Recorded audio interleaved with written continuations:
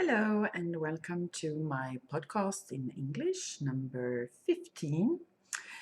Today I'm going to talk about color and joy and about the beautiful new yarn range that I now have in my shop. If this is your first time here on my channel, I will introduce myself.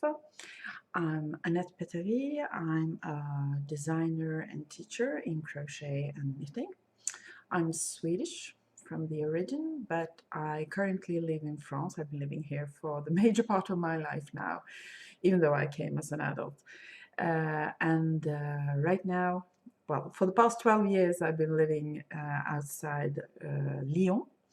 So it's a bit below the center of France, a bit closer to the Mediterranean than to the north, and pretty close to the Alps. And I live here with my husband and two almost grown children. Well, technically they're both adults, but they're still at home with us. I have, apart from this YouTube channel, I have a website where I sell patterns by me and other independent designers and yarns. We're going to talk a bit about yarns today. I have a blog. I have a newsletter, a monthly newsletter, where there is a crochet tutorial every month, so subscribe to that one if you enjoy crochet. I'm also on Instagram, Facebook, and of course here on YouTube. So you will find links to everything except the YouTube channel below because you're here. And if you enjoy the video, do not hesitate to give it a thumbs up because that helps with the algorithm, so it will be shown to more people. And please subscribe if you like. And if you want to know every time I put up a new video, you can click the little bell. And if you are a returning viewer, you already know all that. So thank you for your patience and thank you so much for coming back. So I'm recording this on the 30th of January 2020. It's a little bit cloudy here today in near Lyon, where I live. My neighbor seems to have chosen this day to prune his trees or something, so if there is some noise in the background, that's why. There may also be some noise emanating from my teenage son, so, well, please bear with that. So it's the 30th of January. Tomorrow is the 31st. So it's Brexit Day. And I don't talk a lot about politics on this podcast, but I must admit that this makes me really sad. You may or may not know, but I used to work for the European Union. I worked for more than 10 years as a translator at the European Commission in Luxembourg. And, well, I'm very pro-EU. I think that basically we're always stronger together than separately. So this makes me really sad. And now I realize that I forgot to put on the shawl I wanted to wear today. So I will ask you just for a second while I go and get it. Here we go. This is much better, I think, don't you? I just wanted to bit upon my ongoing newsletter series. For those who already watch me, you know about this, but it's about selvedges in crochet. Which turns out to be a very interesting topic. I had planned on two newsletters, one with basic techniques and one with more advanced, but there are so many more advanced, interesting techniques that I'm going to break these up in two. So if you're on the channel, you can check out the videos I made for the current one, the last newsletter. It went out just a couple of days ago. It's about selvedges in what I would call mark stitches. So you make a stitch that looks like a double crochet, a US double crochet at the beginning of the row, but it's not. And there is also a bonus video, some bonus material regarding one of the techniques I discussed in the previous newsletter with beginner techniques. And sorry, in February I'll be back with another type of techniques, and then we can move on to another part of crochet fundamentals, which is the theme for my current series in the newsletter. So if you're interested in all this, do check out the videos on the channel, and you can subscribe below. I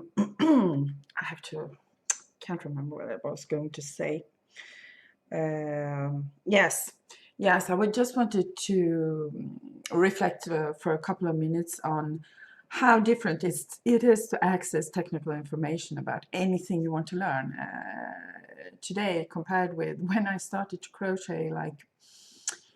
When I started crochet for good, that was a long time ago. So I knew nothing except what my mother and my grandmother could teach me. And we had a couple of books at home with some motifs and some borders, but no real technical information. And then I kind of fell back into crochet and never got up again. When I was pregnant with my son, who just turned 18, and then I remember it was just the beginning of book selling online. I ordered crochet books from the US based only on the cover, hoping that will be something interesting in it. And I learned quite a few tricks then. But these days, well, the newsletter and its themes, it's really the opportunity for me to go really deep into a topic that sometimes I haven't revisited for a long time. And it's really amazing, isn't it, to be able to access all these YouTube videos from people from various countries and really understand how they approach a specific topic, like for this one, selvedges and crochet. And then what I think these techniques are amazing, but I didn't invent anything, but I just gather them together and try to explain them as clearly as I can. And whenever I can, of course, I credit the person who taught me the technique via YouTube or other sources. But, well, sometimes it's not so easy because you might pick up something from one place and another thing from another place, and then I put it together and find out how I want to do it. So that was just a kind of reflection on the fact that it was not always better before. In the old days, we didn't have all this information. I love living in the internet age. So I'm going to do some a workout, some aerobics. No, but last time I told you I was going to show you my leg warmers that I showed you in the previous podcast, wearing them. So this means I have to approve some equipment and get up on it. So let's try not breaking a leg or something. But today I have my leg warmers on. So up. So next try I had to cut the previous one out because I was showing off a bit more of my anatomy than I'm prepared for. So this is one, and this is the other one. So there will of course be photos on the website and on social media when I publish this pattern. As this is uploading to YouTube, I am furiously translating it into English because the pattern is already ready. It just needs translation and publishing, so you can check out. So as I planned, this is going to be a really cheap pattern, like €2 or something. and it's going to be free if you buy a ball of Zaberball, which is the German yarn I used, and one ball makes 2 legwarmers. So if you buy a ball of Zaberball in the color of your choice and the pattern for the legwarmers on my website, the cost for the pattern will automatically be deducted from your purchase, so it's free. But you must put it in your cart because I will not know if you order a ball of Zaberball from me that you want a pattern or not. So, well, it will be available on Ravelry as well, but there is not the yarn purchase option, of course, so it will be at a price of €2 plus VAT if you're in a European country, of course. So, that was the sports part of the podcast today. So now I want to talk about the shawl I'm wearing. We have another one here, and this is my latest design. So in this podcast, I try to talk about a lot about crochet, of course, but I'm also designing in knit, and this one is knitted. I wanted to talk a little bit about how I went about designing this, because I think that is valid for any yarn craft you prefer. So it started off with this textured stitch pattern. I'm going to take it off. So I just watched this. I don't know, I saw a pattern in a magazine, or I saw it in a stitch dictionary and something, and I thought it was a nicely stitched pattern. I like when I design myself in knitting, I like to play with the simple tools of knitting, like knits and pearls, and this is only knits and pearls, and a very easy way to obtain a quite interesting texture. But I thought I can maybe make this even more fun by throwing in stripes. So as you can see, I placed the stripes, it's clearly visible in the dark ones here, so that there is a little blip of the color, the base color here. This is because I wanted to mix the stripes a bit, and also, and this is a crocheter's obsession, I also thought this is the back side, and it's different, of course, but it's not that different with this stripe placement. I have one of my customers and pupils here students here locally who is currently making this one, and she set off the stripe a row or two, so she didn't get this little pearl blip. But she says, I'm going to make another one the way you made it, because finally she prefers that look. So this is something you can do in crochet as well, of course, to take a single colored pattern and see what happens when you add color to it, when you add contrast colors. So I decided I wanted to work with 3 colors plus a base color, and my prototype is here. So I'm just going to show the color combination I started with. It's like this.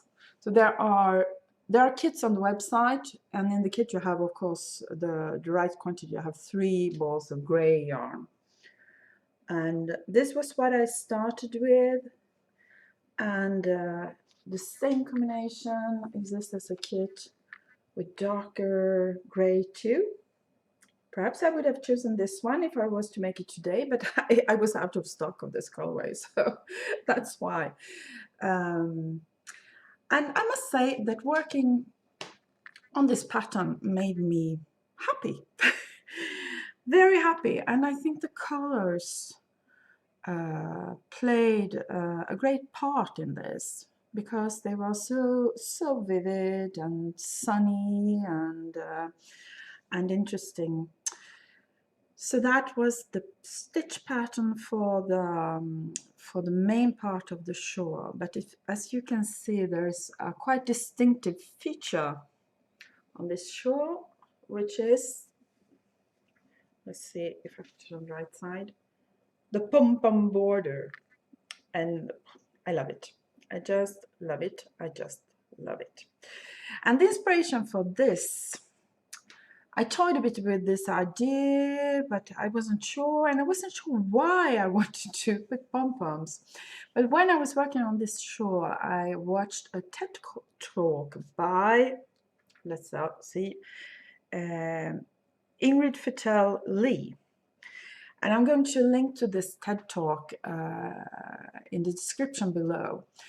And she has found, she's a designer who has worked on colors and design features, and she says, and I think it's true, that some things universally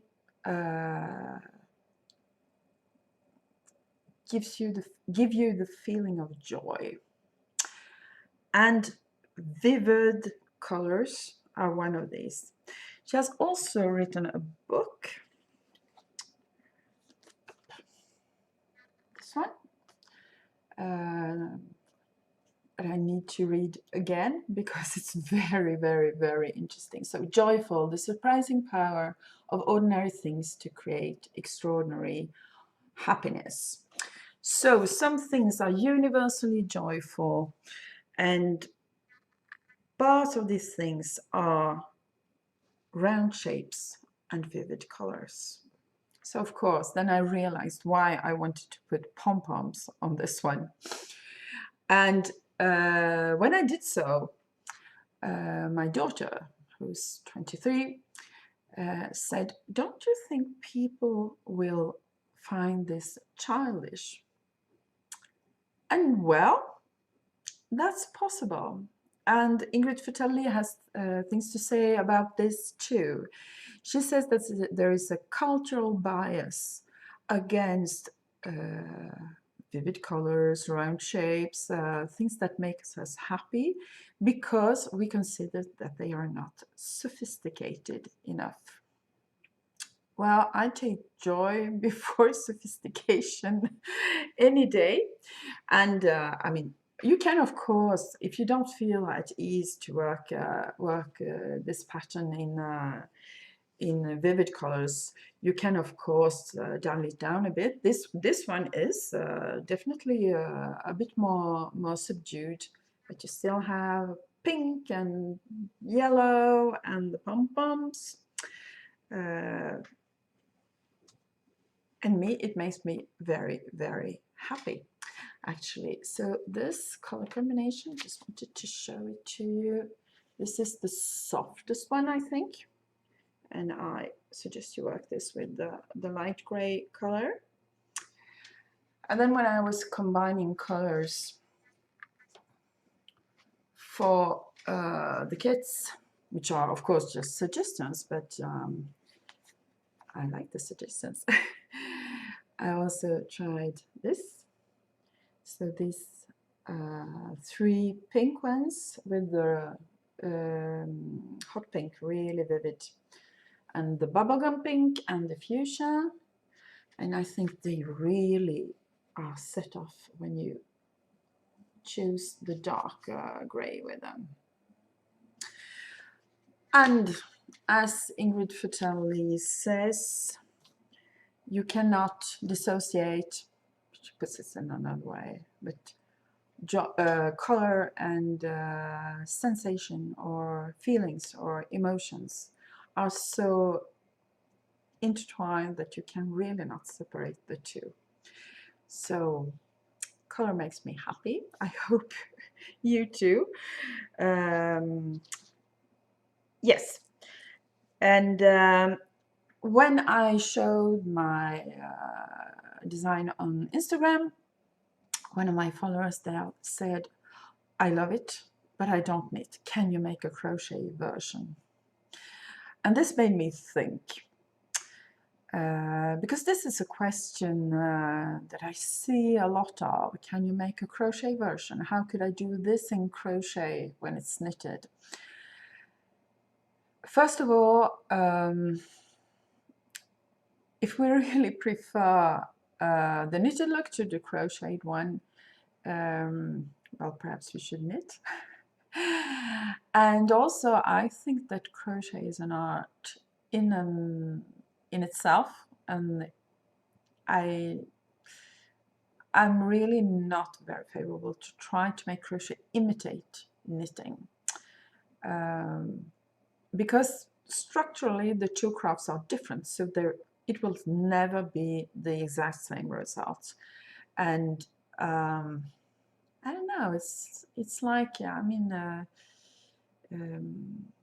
you would build a house using materials that are, or techniques that are not appropriate for doing so. So to imitate, no. However, I think it's quite possible to build on the same kind of inspiration to make another design, not a version, another design in crochet. So I would think about this in the way of choosing colors that are vivid and make you happy. They can, I mean, you can be happy with shades of pale blue, I don't know, but something that you really enjoy. Multiplying the colors is very interesting too. We're going to talk about colors more in a minute with the yarn I'm going to show you. And then think about the shape. This is a crescent shaped shawl, so I'm not sure I really showed the shape. It's a crescent shape like this, so it's quite long. Up.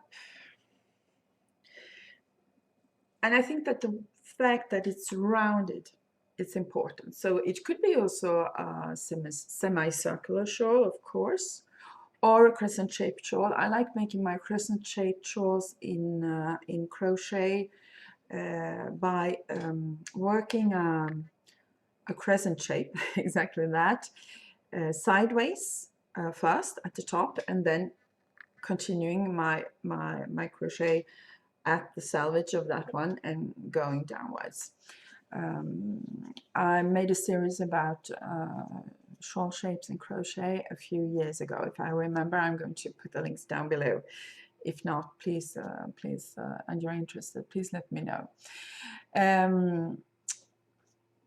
Pom-poms, good option.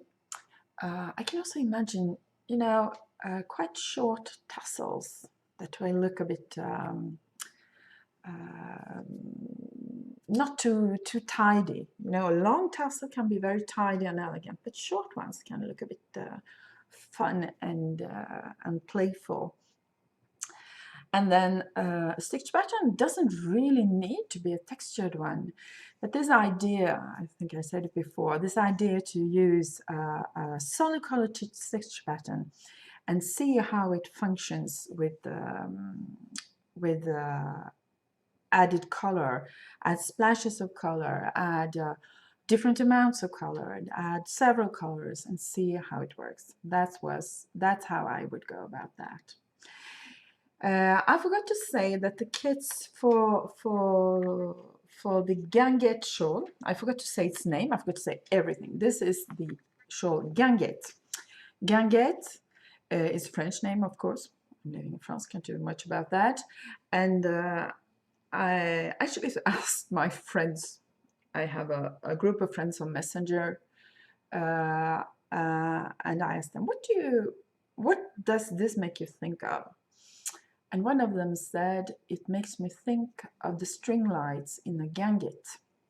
So guinguette, it's a traditional French tavern. It was very popular in the 19th century. And there are guinguettes in Paris, but there are guinguettes in Lyon too. So typically, this is a tavern that it can be on a boat or just by the river. And you eat simple food. In Lyon, you eat souvent. Now I'm going to talk about France, so I'm going to talk in French now. In Lyon, you often eat friture, which are small fish that are fried.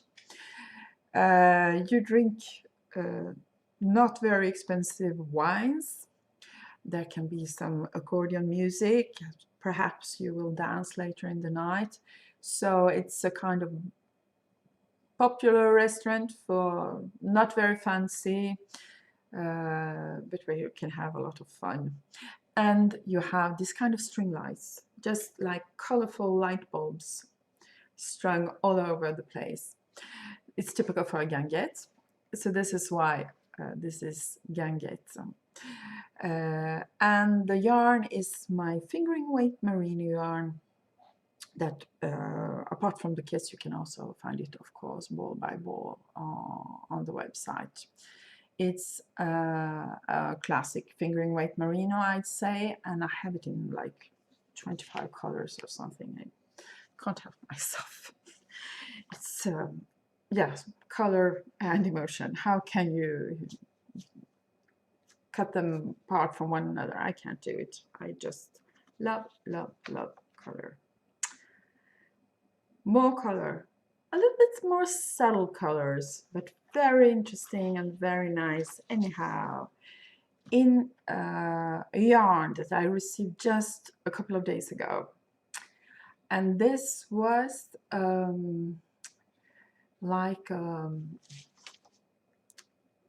I wouldn't say I did this on impulse, but almost.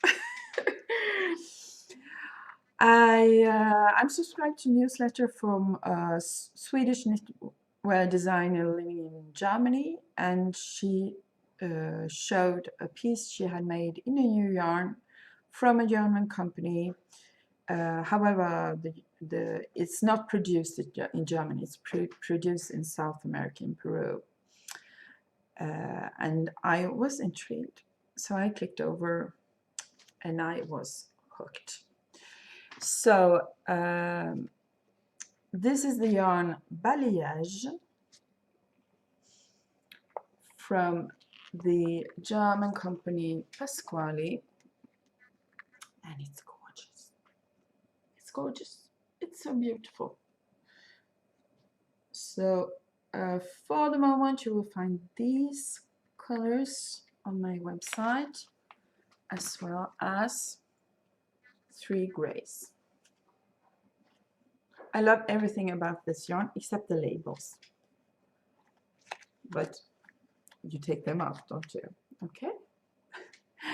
So I just want to talk a little bit about this yarn, what it's made of. I haven't had the time to swatch. It works beautifully in knitting, of course, and I'm sure it's going to work wonderfully in crochet. I'm so eager to swatch this in crochet. Look at this, if you can add like this color combination. Isn't that beautiful? Especially if I pick up some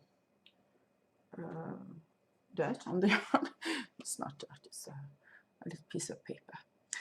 So, how is this yarn made? Because I think it's interesting to know how yarns are made. And I mean, I love the yarn from an indie designer, but a company, a mill, will work not only on the color of the yarn, but on the way, the materials that are in it, the fibers that are in it, and the way it is spun. And this yarn is spun from 80% baby alpaca and 20% organic merino wool. It's a fingering weight yarn. It's slightly heavier than my fingering weight merino because I'm in metrics, so please bear with me. My fingering weight merino is 200 meters per 50 grams, and this is 175 meters per 60 grams. 50, sorry, per 50 grams. So it is going to have slightly more body, but I'm very interested also in seeing how it goes to combine them, because the difference is quite slight, and it should be possible to work the two in the same project. So baby alpaca. Baby alpaca is not necessarily made from the fleeces from baby alpacas, from young alpacas, because the term baby alpaca refers to an alpaca fiber that is very fine, that has a low micron count. And I think, I have to check, I had some trouble finding the exact count, yes, but baby alpaca is between 18 and 22 microns. And I think that the merino wool in this one is at 21.5. So these are both very, very soft yarns, and it's divine, divine. The touch, the feel of this is just wonderful. And this is actually the base yarn on which the other colors are dyed. And as you can see, it is not white. In the alpaca, there is a mix of white and gray alpaca. And this is what makes these colors so vibrant, deep, subtle. I don't know really how to say it. They are a bit nuanced, and the nuances come from the fact that there is a little bit of gray in the base yarn. It's a 2-ply yarn, so just going to see if I can find an end somewhere. Up. Whew. Here it is. So up. Can I undo the strands here so you can see it? Up. I should have prepared this. I don't really manage to undo them, but I think you can see here, look, that these are 2 strands of yarn, so 2 plies of yarn that are twisted together. So what does this mean? They are twisted together, so it won't be any trouble working with it, and this is a rather common yarn composition. But a 2-ply yarn, imagine two round tubes. We have 2 round tubes. These are the individual strands, and you twist them together.